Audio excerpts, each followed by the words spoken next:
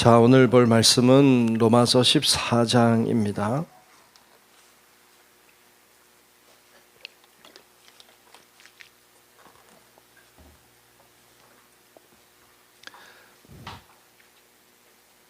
로마서 14장 1절로 끝절의 말씀을 보겠습니다.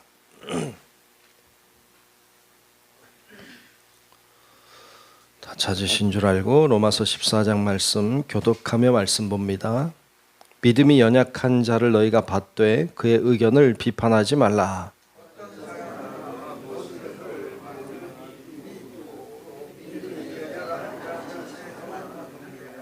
먹는 자는 먹지 않는 자를 업신여기지 말고 먹지 않는 자는 먹는 자를 비판하지 말라. 이는 하나님이 그를 받으셨음이라.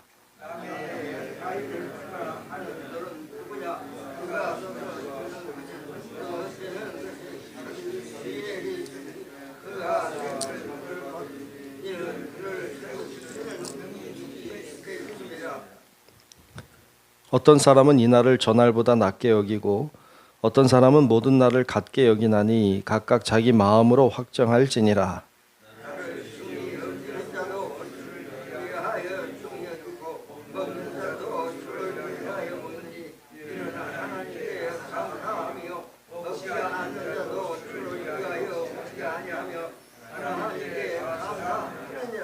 우리 중에 누구든지 자기를 위하여 사는 자가 없고 자기를 위하여 죽는 자도 없도다.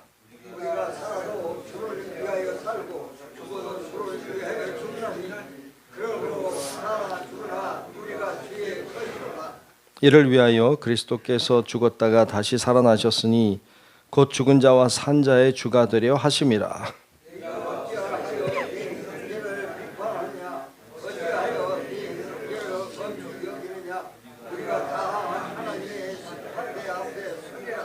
기록되었으되 주께서 이르시되 내가 살았노니 모든 무릎이 내게 꿇을 것이요 모든 혀가 하나님께 자백하리라 하였느니라.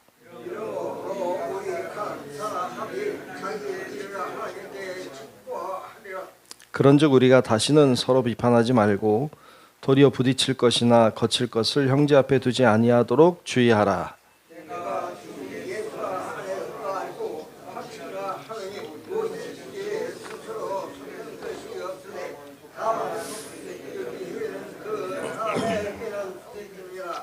만일 음식으로 말미암아 내 형제가 근심하게 되면 이는 내가 사랑함으로 행하지 아니함이라. 그리스도께서 대신하여 죽으신 형제를 내 음식으로 망하게 하지 말라.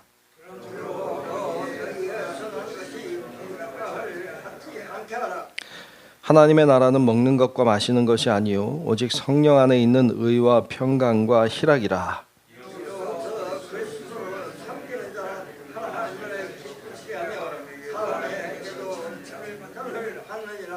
그러므로 우리가 화평의 일과 서로 덕을 세우는 일을 힘쓰나니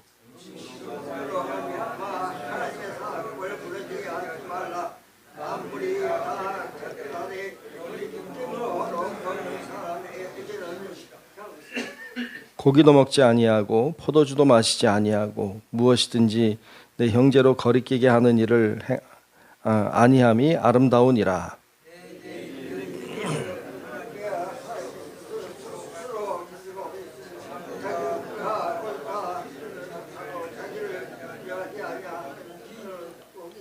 함께 봅니다. 의심하고 먹는 자는 정죄되었나니 이는 믿음을 따라 하지 아니하였기 때문이라. 믿음을 따라 하지 아니하는 것은 다 죄니라. 아멘. 다 같이 아멘. 네, 하나님의 은혜가 오늘도 우리 모두 위에 임하시기를 주의 이름으로 축복합니다. 비가 많이 오는 날씨에도 이렇게 나오셨습니다. 더 큰 은혜가 임하시고 함께 하시기를 축복합니다. 자, 오늘 14장 말씀을 봤습니다. 우리가 계속 말씀 보고 있습니다만 로마서 12장 이후에는 그리스도인이 어떻게 살아야 하는가? 그리스도인이라면 이렇게 살아야 한다. 그리스도인이라면 이렇게 살아야 된다는 것을 우리들에게 계속해서 말씀하고 있습니다. 오늘 본문에서도 14장에서도 믿음의 사람이 어떻게 살아야 되는지 알려주고 있는데요. 오늘 1절과 2절을 보면 이렇게 말씀하고 있어요. 자, 1절, 2절을 한번 다시 보면 믿음이 연약한 자를 너희가 받되 그의 의견을 비판하지 말라. 어떤 사람은 모든 것을 먹을 만한 믿음이 있고 믿음이 연약한 자는 채소만 먹느니라. 아멘. 아멘. 자, 믿음이 연약한 자를 너희가 받아들이라. 그의 의견을 비판하지 말아라. 믿음이 연약한 자가 교회도 있죠. 믿음이 연약한 자들은 교회를 바라보면서 질문이 많아요. 교회를 오래 다닌 사람들은 이게 뭔지 아니까, 어떻게 돌아가는지 아니까, 뭐 그럴 수도 있다고 이해하는 부분도 있죠. 그런데 새신자들, 이제 믿음이 연약한 자들은 교회를 보면서, 교회 다니는 사람들을 보면서 왜 저럴까? 저렇게 해도 되나? 이런 생각이 들 때가 많이 있죠. 그래서 질문들을 하기도 해요. 그러면 먼저 믿은 자들이 잘 설명해 줘야 돼요. 잘 알려줘야 돼요. 근데 잘 알려주지 않아요.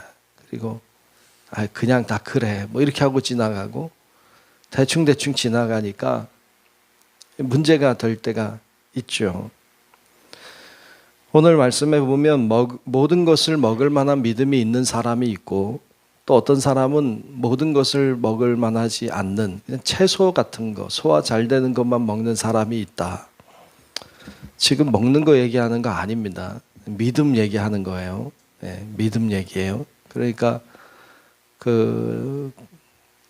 이제 우상에게 바쳤던 제물을 먹어도 되는가라는 질문이 있었을 때, 우상에게 바쳤던 제물을 먹어도 되나요? 성경의 말씀은, 이제 고린도전서에서 말씀하는 것은 다 먹어도 된다. 하나님이 주신 것이니까 다 먹어도 된다. 이렇게 말씀하죠. 다 먹어요.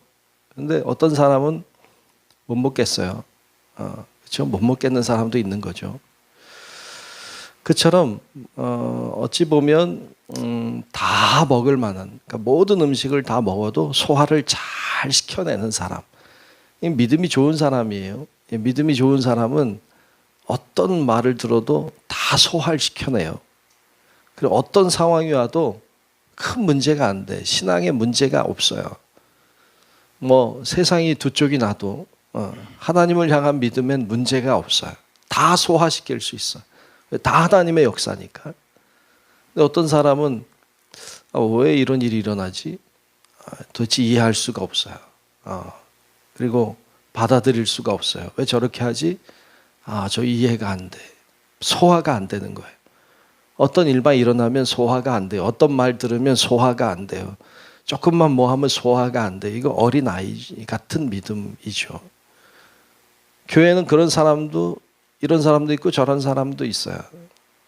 다 소화시키는 사람이 있는가 하면 소화를 못 시키는 사람이 있단 말이죠. 믿음이 좋은 사람이 있는가 하면 믿음이 연약한 사람이 있어요. 다 교회 안에 있는 거예요. 이 사람들을 어떻게 대할 것이냐. 오늘 말씀 3절에는 그렇게 말씀해요. 자, 먹는 자란 믿음이 좋은 사람이에요. 먹지 않는 자는 믿음이 약한 사람이죠. 그러니까 믿음이 좋은 사람은 믿음이 약한 자를 업신여기지 말아라. 업신여기는 일들이 있었나 봐요. 믿음이 연약하니까 야, 넌 그것도 소화 못 시켜? 뭐 이렇게 하겠죠. 또 먹지 않는 자는 먹는 자를 비판하지 말아라. 그렇죠. 이제 믿음이 연약한 사람은 믿음이 있는 사람들을 보고 왜 저렇게밖에 안 해? 왜 저 정도 신앙생활 했으면 뭐 더 잘해야 되는 거 아니야? 뭐 이렇게 생각할 수도 있겠죠. 비판해요. 비판하지 말라는 거예요. 왜요? 왜 비판하면 안 돼요? 말씀하기를 이는 하나님이 그를 받으셨습니다. 하나님이 그 사람을 받았다. 그런데 네가 뭔데 업신여기느냐? 네가 뭔데 비판하느냐라고 책망하고 있어요. 뭐 믿음이 있고 없고는 일단 제쳐두고 오늘 말씀에는 누구도 업신여기지 마라. 누구도 비판하지 말아라. 하나님이 그를 받았다. 그러니까 하나님이 그를 받았으니 함부로 업신여기거나 비판해서는 안 된다라는 말씀을 하고 있어요. 그리스도인은 어떻게 살아야 됩니까? 누구도 업신여기며 살면 안 돼요. 누구도 비판하고 살면 안 돼요. 그냥 내가 잘하면 돼. 나만 믿음 생활 잘 가면 돼요. 이 사람이 어떻고 저 사람이 어떻고 저 사람은 왜 이렇게 믿음이 약하고 저 사람은 왜 믿음이 저렇고 이렇게 할 이유가 없어요. 그럴 필요도 없고 그럴 자격도 없어요. 우리도 잘 못하잖아요. 그러니까 하나님이 그를 받으셨으니까 하나님이 다 알아서 하실 것이니까 우리는 그때를 기다리고 그리고 주님 앞에서 내가 잘 서는 게 먼저고 중요하다는 것을 기억하고 여러분 누구도 업신여기지 말고 누구도 비판하지 말고 하나님이 받으신 자를 우리가 함부로 이렇게 저렇게 논하지 말고 그렇게 살아가는 은혜가 있기를 축복합니다. 그런 자가 되어야 한다. 그렇게 살아야 된다. 이것을 이야기하고 있어요. 이 이야기를 사실 계속하고 있어요. 10절에도 말씀하고 있죠. 10절에도 보면 내가 어찌하여 내 형제를 비판하느냐 어찌하여 내 형제를 업신여기느냐 우리가 다 하나님의 심판대 앞에 서리라. 무슨 말이에요? 비판하는 우리가 업신여기는 우리를 주님이 심판대 앞에 세우실 것이다. 심판하지 말라는 거예요. 판단하지 말라는 거예요. 13절에도 말씀하죠. 그런즉 우리가 다시는 서로 비판하지 말고 도리어 부딪힐 것이나 거칠 것을 형제 앞에 두지 아니하도록 주의하라. 그러니까 다른 사람이 걸려 넘어지도록 하지 말고 비판하지 말아라. 왜? 비판하는 것이 다른 사람에게 걸림돌이 되고 비판하는 소리가 누군가에겐 상처가 되고 누군가에 대해서 논하는 것이 누군가에게는 아픔이 되고 여러분 교회 안에 이렇게 있으면서 안타까운 경우가 참 많이 있는데 그 중에 하나가 교회는 하나님의 말씀이 있는 곳이잖아요. 그래서 그런지 사람의 말도 많아. 사탄의 말도 많아. 교회 안에는 하나님의 말씀만 있는 게 아니라 사람의 말도 있고 사탄의 말도 있어요. 그래서 누군가를 막 이렇게 논하는 얘기들이 돌고 돌아. 교회 안에 참 많아요. 그래서 누군가에게는 그 말이 상처가 되고 누군가에게는 고통이 되고 아픔이 되고 그래서 신앙에서 떠나가고 교회에서 떠나가고 이런 사례들이 얼마나 많습니까? 비판하는 일들은 누군가에게는 상처가 되는 일들이 자격 없는 우리가 그래서는 안 된다. 그러면서 15절에 보면 이런 말씀도 하고 있어요. 15절에 만일 음식으로 말미암아 내 형제가 근심하게 되면 여기서 음식은 예일 뿐이지 음식 얘기하는 게 아니에요. 어떤 논하는 거예요. 어떤 사람을 업신여기고 어떤 사람을 판단하는 비판하는 그것으로 말미암아 내 형제가 근심하게 되면 이런 말이죠. 이는 내가 사랑으로 행하지 아니함이라. 우리가 앞에서 사랑에 대해서 봤어요. 다 율법을 다 지킨다고 중요한 게 아니라 사랑으로 하지 않으면 그건 지킨 게 아니다. 신앙생활도 그래요. 신앙생활도 다 한다고 다 하나님 영광 받으시는 게 아니라 사랑으로 해야 하나님이 받으시는 거예요. 예배도 그냥 드린다고 하나님 받는 거 아니라 사랑으로 감사함으로 드려야 받는 거지. 봉사를 하고 희생을 해도 다 사랑으로 해야 되는 거예요. 그래야 하나님 받으시는 것이 되죠. 어떤 형제가 근심하게 되면 사랑으로 행하지 아니함이라 말씀하면서 이렇게 말씀해요. 그리스도께서 대신하여 죽으신 형제를 내 음식으로, 내 비판으로, 내 업신여김으로 망하게 하지 말라. 이렇게 경고하고 있어요. 심한 경고예요. 그래서 그것이 얼마나 나쁜 것임을 주님은 한 장에 걸쳐서 우리들에게 말씀하고 있습니다. 18절에 보면 중요한 말씀을 하고 있어요. 이로써 그리스도를 섬기는 자는 하나님을 기쁘시게 하며 사람에게도 칭찬을 받느니라 그랬어요. 그리스도를 섬기는 자, 우리잖아요. 그리스도인이죠. 하나님을 믿는 우리는 하나님을 기쁘시게 해야 돼요. 뿐만 아니라 사람들에게도 칭찬을 듣게 되어 있죠. 들어야 되는 거죠. 그것이 그리스도인입니다. 요즘에 안타까운 것은 교회 다니는 사람들이 하나님께 영광이 되는가, 거기도 의문이 들 때가 있고, 사람들에게 칭찬을 듣느냐 할 때 부끄러움이 사실이잖아요. 우리 다 믿는 분들이니까 우리끼리 얘기할 수 있죠. 부끄러운 일이지 참 많잖아요. 과연 세상으로부터, 세상 사람들로부터 칭찬을 듣고 있나 할 때 참 부끄럽잖아요. 이게 우리가 잘 하고 있는가, 우리가 잘 가고 있는가의 의문을 가지게 되죠.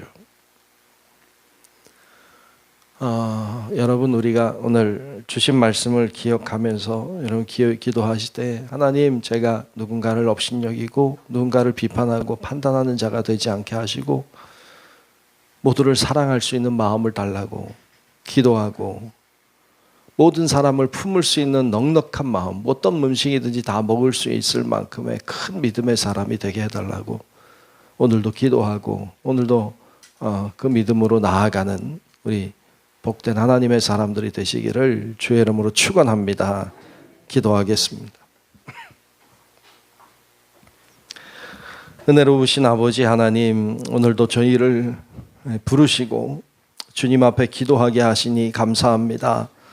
오늘 주신 말씀을 기억합니다. 누구도 업신여기지 말고 누구도 비판하지 말아라. 하나님이 그를 받았다 말씀하셨는데, 하나님, 저희를 긍휼히 여기사 우리의 마음 안에 주님의 마음이 있게 도와주셔서 모든 사람을 사랑으로 품을 수 있는 넉넉한 마음을 허락해 주시고, 믿음이 많든 적든 다 하나님의 사람인 것을 알고 품고 사랑으로 돌보고 섬기는 저희들이 될 수 있도록 하나님 인도하여 주옵소서.